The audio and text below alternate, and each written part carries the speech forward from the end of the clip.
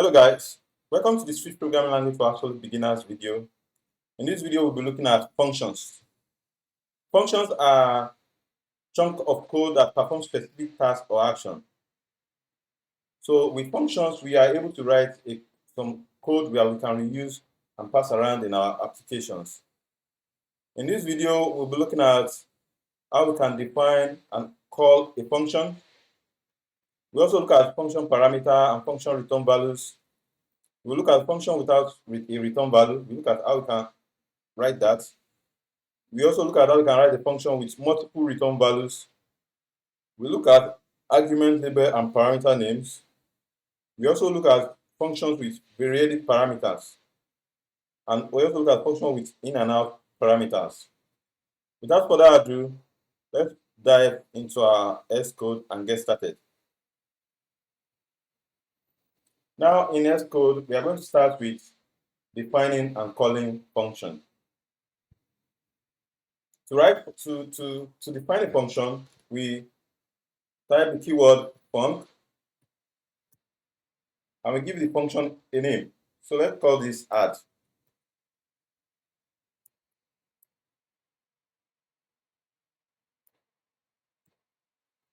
Now let's give it some parameter. Let's call this age of type array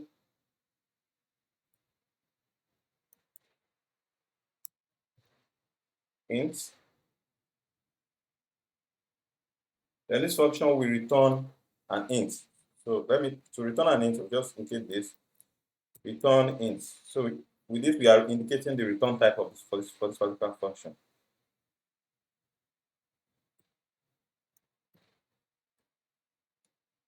Now let's declare a variable called variable, call it sums, and assign it to 0. Then we can now loop over it. Let's say for x in age,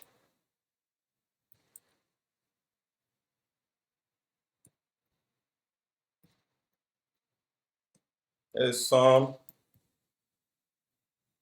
and let's introduce the compound operator.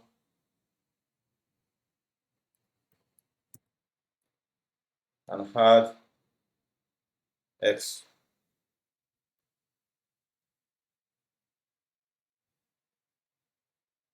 And then we'll return sum. So what this function does is this: it takes an array of integers and sum it up together. So now with this, we define a function called add, that takes in an array parameter of int, and then it returns a type of int. So to call this function, we are going to type add, and then we pass an array of int inside.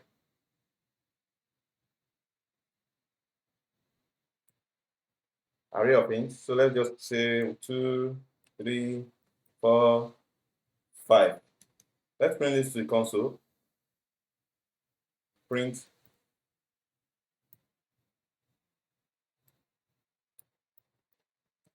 And let's run this. Now, if we look at the console, we can now see 14, which is the sum of adding 2 plus 3 plus 4 plus 5. So now, if we look at how we can define a function and also call the function. Now, the next thing we'll be looking at is what are function return value. So for this, we are going to use the same code which we've written earlier. So in this case, we indicate the return value of this function with this. So we type func add age, which is an array of int, then this arrow, then we have int. This int, anything you put here indicates the return value. And the return value of a function can be a method, can be an array, can be a tuples, can be of any type. It can be some constant type which we define ourselves in our applications. Now let's look at the function without a return value.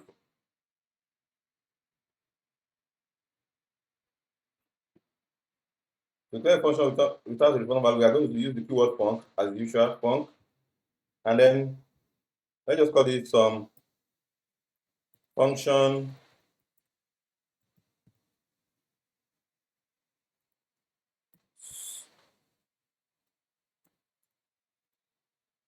and then we just introduce the the curly brace here, and then let's just print something to the console. Say print hello world. So with this now, what we just did here is that we've declared this function. We did not indicate a return type, which means that this function will return nothing.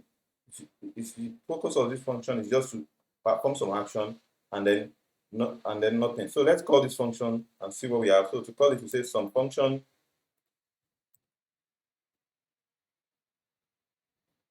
Let's run this and see what we have in our console.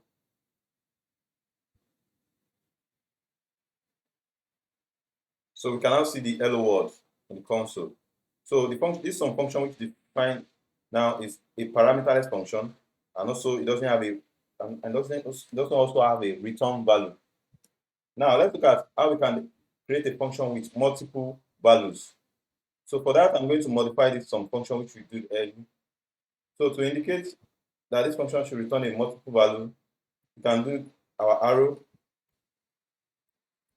Then we can pass this return value as a tuple. So let's put it as a tuple. When we indicate the type of you can say string,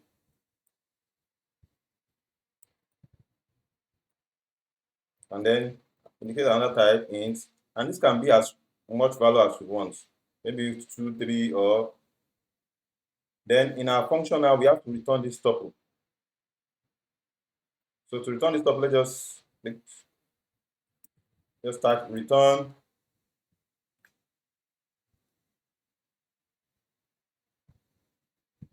and then we just indicate the tuple. Just put some string here, some string, and then the other value is an int, so I can just put maybe some numbers, and then let's print this to the console. So let me just wrap this in so we can see the tuple on our console. Let me wrap this inside the print this tuple out. So now we can now see I have a tuple returned to the console, and I can even access the first item by putting 0 at the back of it. If you don't understand this, you can check the video on basic operators. So you can see now we've accessed the value of the tuples that was returned from the function. Also, we can return an optional value. So for example, now let's say we wanted to make this an optional, let's say it's an optional, that is, this function can return either a nil or the tuple. So we can just do that by putting the question mark at the back of this. So this function now can return nil or these values, and it will still be valid. So for this now I have to unwrap this so for it to work, and it will work. So now let's just bring this again to the console so you can see it still work as before. Now you can also define a function with an implicit return type. An implicit return simply means that our function, if it's a single line, we don't need to indicate the return type. So let's use this some function as an example again. Since this is just a single line expression statement, then we can just remove this return keyword, and then it will still work. So we create a function with this implicit return type like so you can see it still works, and the string was still printed to our console. Now we have function with argument label or parameter. For this, I'm going to use the age example which we have already. So we can see this is our argument label, this age. But sometimes we don't want it. Maybe to call the function, we might not want it. So we can just indicate an underscore before it. So let me put the name again, age. And then I can put an underscore here. So that means that I don't necessarily have to indicate this argument label anymore. So let me remove this. And the function will still work. Sorry, let me separate this so they are different. So let's run this and see what we have.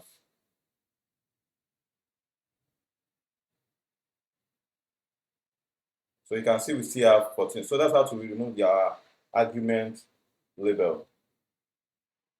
Now let's look at how function can take in a variadic parameter. A variadic parameter simply means that the function can accept 0 or more value of the specified type. So now let's look at this. Let's declare a function. Let me call this function mean. So func mean. And now so that we can avoid the argument label, we can just indicate the underscore. And then we type numbers.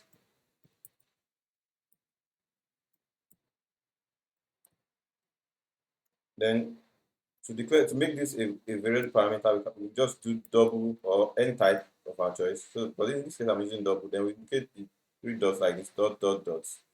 So what this implies is that we can pass any amount of numbers into this function, and then we can. So let's just complete this to see. So let's return double our curly brace. So let me declare a total var total. So what we wanted to do is any amount of number we pass into this function, we want to find the arithmetic mean of it, or sum of it, sorry.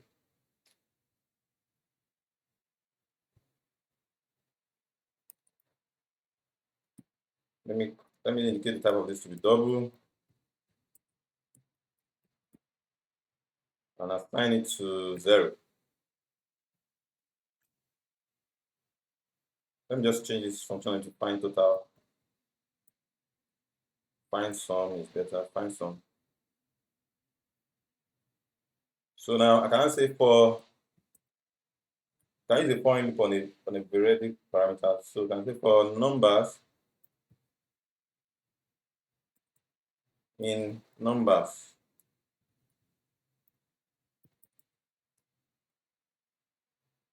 Then we can introduce our curly brace for number in numbers.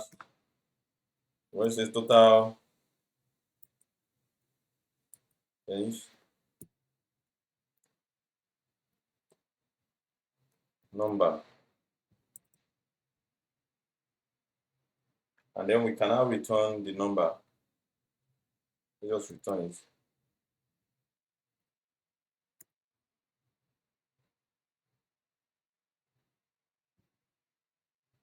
Oh, sorry, return total. So now let's call this function and print to the console. So to print it, I'm going to type print find sum. Then we can indicate any amount of numbers. Let's just start with 2, 3, 2, 4, 5, 45.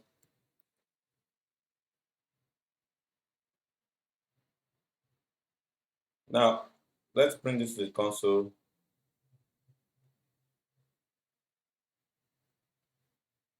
So we can now see we have 116.0.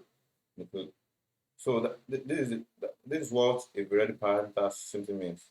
At least we don't know the number, what the total number of parameters will be, so but we can pass as many as we want. I can continue to add more numbers here, and the function will still get me the sum.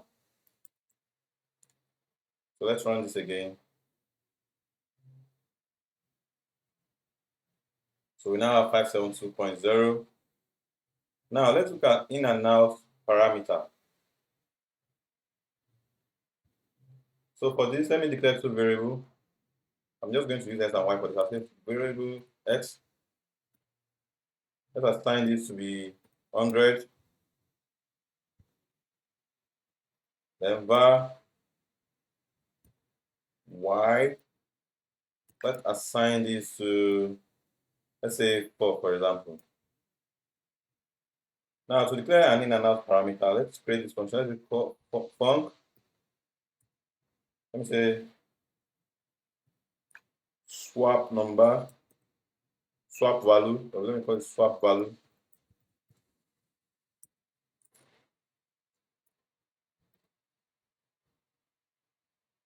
Then in order to avoid the argument label, I can just say underscore x, then colon. Then I have to now put in out.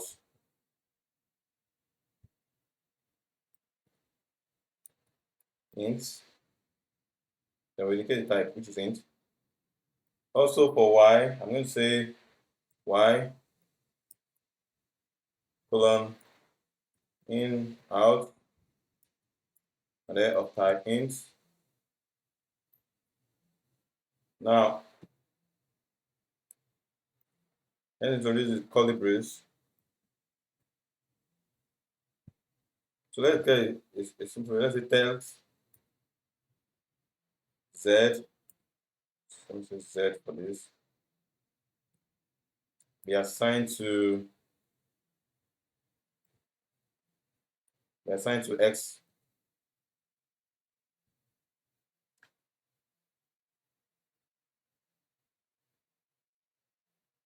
Then let's assign x now to y.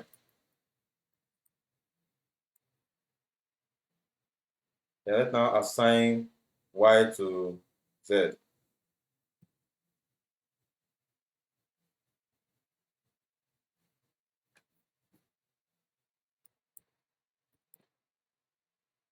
So what we are trying to do is that for any variable that was passed into this as an in and out parameter, we are going to swap those values with one another.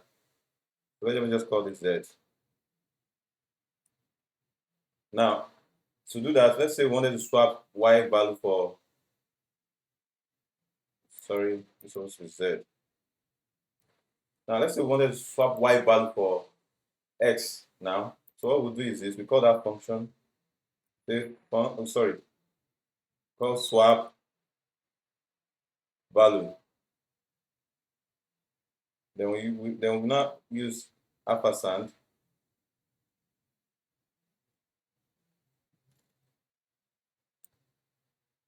Sorry, this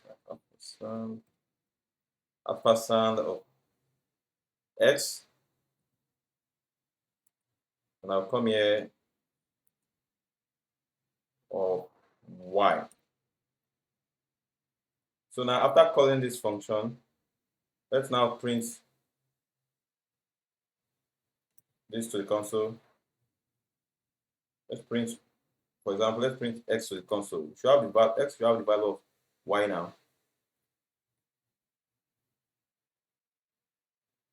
So we can now see that x is now 6. So what in and out parameter simply does is this. By default, trying to change the value of function parameter will result in a compile time error. That is, they are like a constant. Any parameter we pass in, we cannot change the value by default. But if you want to change the value of the parameter, we want this value to persist after the function call. We need to divide that function parameter as an in and out, which is what we just did here. So we want the parameter to be swapped. We want to reassign those values,